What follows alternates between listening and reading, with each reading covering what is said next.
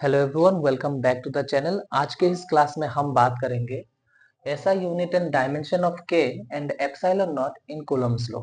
Coulomb's law में जो मौजूद के है इलेक्ट्रोस्टैटिक कांस्टेंट यानी कि कूलम्ब कांस्टेंट भी हम जिसे कहते हैं, उसका एसआई यूनिट एंड डायमेंशन के बारे में बात करेंगे और एप्सिलॉन नॉट का भी एसआई यूनिट एंड डायमेंशन निकालेंगे इस वाले वीडियो में। बहुत ही छोटा वीडियो होगा, कुछ 4-5 मिनट का ही वीडियो होगा। देखो बहुत ही इजी होगा, ठीक है। तो पहले हम कूलम्ब्स लॉ देखते हैं वो क्या था और उसमें से हम के और एप्सिलॉन नॉट इन दोनों का एसआई यूनिट एंड डायमेंशन को निकालते हैं, ठीक है। कूलम्ब्स लॉ क्या था? कूलम्ब्स लॉ था फोर्स के Q1 Q2 divided by r square. Coulomb's law वाला वीडियो अगर आपने नहीं देखा तो डिस्क्रिप्शन में उसका लिंक मिल जाएगा, उसको भी आप देख सकते हैं।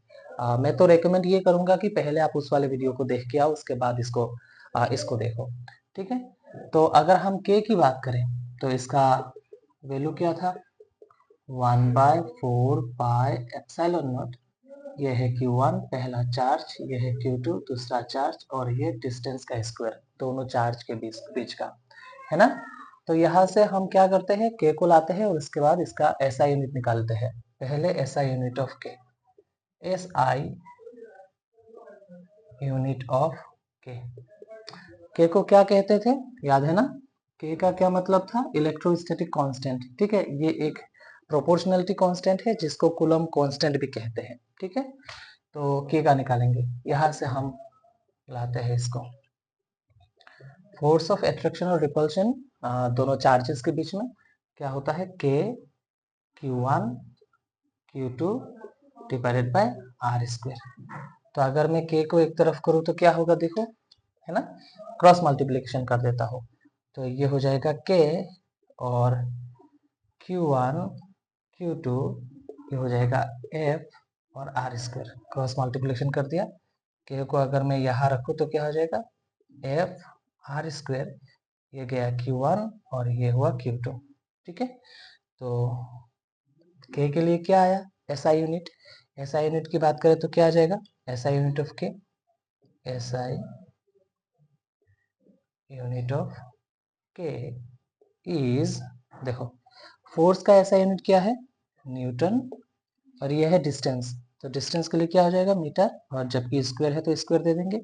और ये है चार्ज, चार्ज का होता है कूलम्ब, और ये भी चार्ज, चार्ज का होता है कूलम्ब, है ना।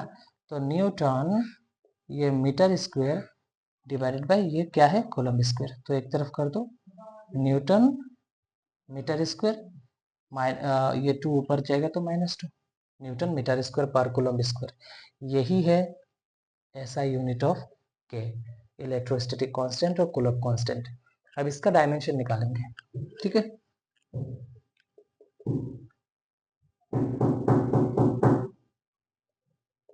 डायमेंशन ऑफ के, ठीक है, डायमेंशन निकालते हैं। तो के का डायमेंशन यही से आते हैं, ठीक है।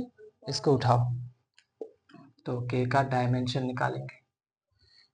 एफ का डायमेंशन डाल दो यहाँ, ये है डिस्टेंस, इसके लिए डाल दो, फिर ये है क्यू और ये भी क्या है, क्यू, है ना।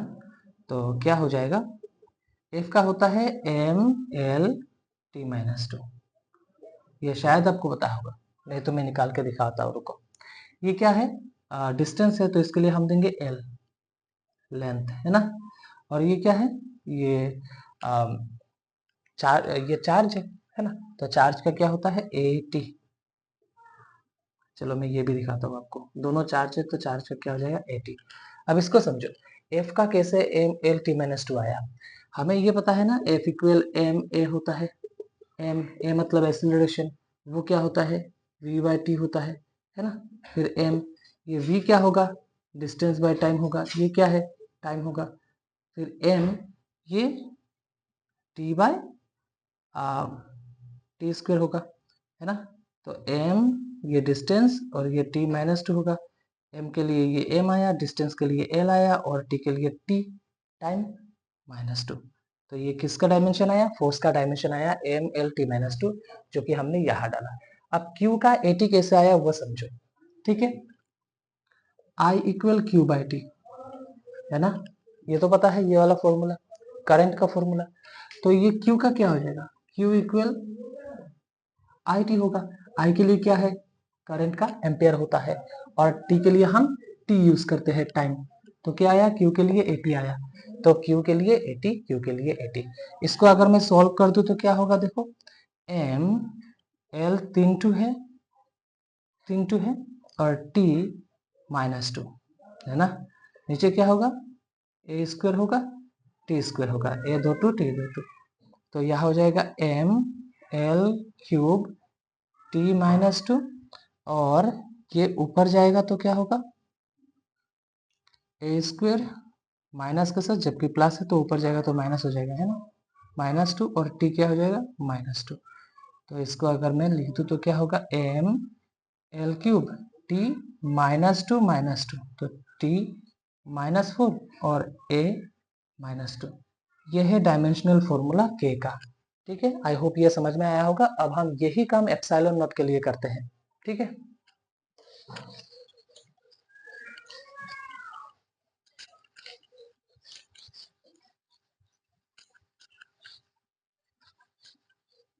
चलो यहाँ से एप्सिलॉन नॉट का वैल्यू उठाओ। तो इसको अगर मैं लिख दूं यहाँ से, तो क्रॉस मल्टीप्लिकेशन करो, क्या होगा, f dot 4 pi epsilon naught r square, और इस तरफ क्या होगा, इस तरफ होगा जस्ट Q1 और Q2 होगा। तो एप्सिलॉन नॉट को यहाँ रख दो, यह होगा Q1 Q2 divided bye F R square. 4 पाई ये कांस्टेंट है, ये मत लिखो, ये चलेगा, इसका कोई ऐसा यूनिट नहीं होगा। 4 पाई ये कांस्टेंट है, इसका एक फिक्स वैल्यू होगा, तो हम इसका कोई ऐसा यूनिट हमें नहीं मिलेगा। ठीक है, तो ये क्या है, चार्ज, चार्ज का होता है कूलम, ये चार्ज, चार्ज का होगा कूलम, ये फोर्स, फोर्स का होगा न्यूटन, और ये डिस्टेंस है तो इसका क्या हो जाएगा, मीटर, मीटर स्क्वायर है। तो ऐसा यूनिट क्या आया, ऐसा यूनिट आया coulomb square divided by newton metre square. यानी कि अगर ऊपर लिखेंगे तो कूलम स्क्वायर पर न्यूटन पर मीटर स्क्वायर। यह है ऐसा यूनिट एप्सिलॉन नॉट का। डायमेंशन की बात करें तो डायमेंशन भी निकाल देते हैं, है ना, dimension of epsilon not, dimension निकालो, यही से उठाओ, यही से लाओ, है ना। तो डायमेंशन किसका, एप्सिलॉन नॉट का, ये Q1 का डायमेंशन, ये Q2 का डायमेंशन, नीचे क्या है, फोर्स का डायमेंशन लिखो और डिस्टेंस का लिखो, है ना, इजी, सेम टू सेम।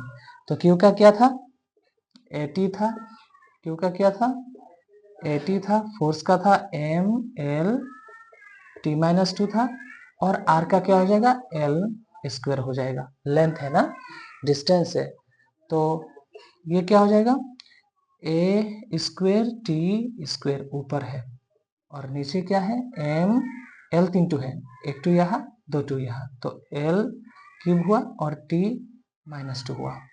ठीक है, समझ आया। फिर यहाँ हम सबको ऊपर ले जाते हैं, एम पहले लिखते हैं, तो एम -1 हुआ, क्योंकि ये +1 है तो ऊपर जाएगा तो -1 होगा, तो एल -3 -3 होगा, है ना। तो टी को लेके जाते हैं, अच्छा ये T2 है और ये T2 है, ये भी माइनस था तो ऊपर गया तो प्लस हो गया, और A2 इसको हम पीछे लिख देते हैं। तो एक लाइन और लिख सकते हैं यहाँ, M -1 L -3 T4 A2। तो ये है डायमेंशनल फॉर्मूला किसका, एप्सिलॉन नॉट का। अच्छा, एक चीज शायद आपको नहीं बताया इस वाले वीडियो में कि एप्सिलॉन नॉट का मतलब क्या होता है, ये एप्सिलॉन नॉट का क्या मतलब होता है, कूलम्स लॉ वाले वीडियो में बताया गया है। एप्सिलॉन नॉट का मतलब होता है permittivity, permittivity of free space. इसका मतलब, मान लो एक चार्ज यहाँ रखा हुआ है, दूसरा चार्ज यहाँ रखा हुआ है, तो बीच में एक मीडियम होगा कि नहीं, ये जो मीडियम है वो कितना परमिट करेगा इलेक्ट्रिक फील्ड को, वो है परमिटिविटी। फ्री स्पेस इसका मतलब वैक्यूम की बात हो रही है। अगर दो चार्ज है और इसके बीच में एक मीडियम है जो कि है वैक्यूम, तो वैक्यूम कितना अलाउ करेगा इलेक्ट्रिक फील्ड लाइंस को इसके बीच में से क्रॉस होने के लिए। इलेक्ट्रिक फ्लास्क है ना, इलेक्ट्रिक फील्ड लाइंस किसी एक एरिया के बीच में से अगर पास हो रहा है तो उसको हम इलेक्ट्रिक फ्लास्क कहते हैं। तो इलेक्ट्रिक फ्लास्क उस मीडियम के माध्यम से कितना पास हो रहा है, वो मीडियम कितना अलाउ कर रहा है, परमिट कर रहा है, उसी को हम कहते हैं परमिटिविटी। ठीक है, तो एप्सिलॉन नॉट का मतलब वो है। तो हमने इस वाले वीडियो में एप्सिलॉन नॉट और इलेक्ट्रोस्टैटिक कांस्टेंट जो के है उसका डायमेंशन एंड एसआई यूनिट को निकाला है। तो आई होप आपको समझ में आया होगा। कुछ भी अगर डाउट निकले तो उसको आप कमेंट सेक्शन में जरूर लिखिएगा, जिसको मैं नेक्स्ट वीडियो में क्लियर करने की कोशिश करूंगा। Thanks for watching.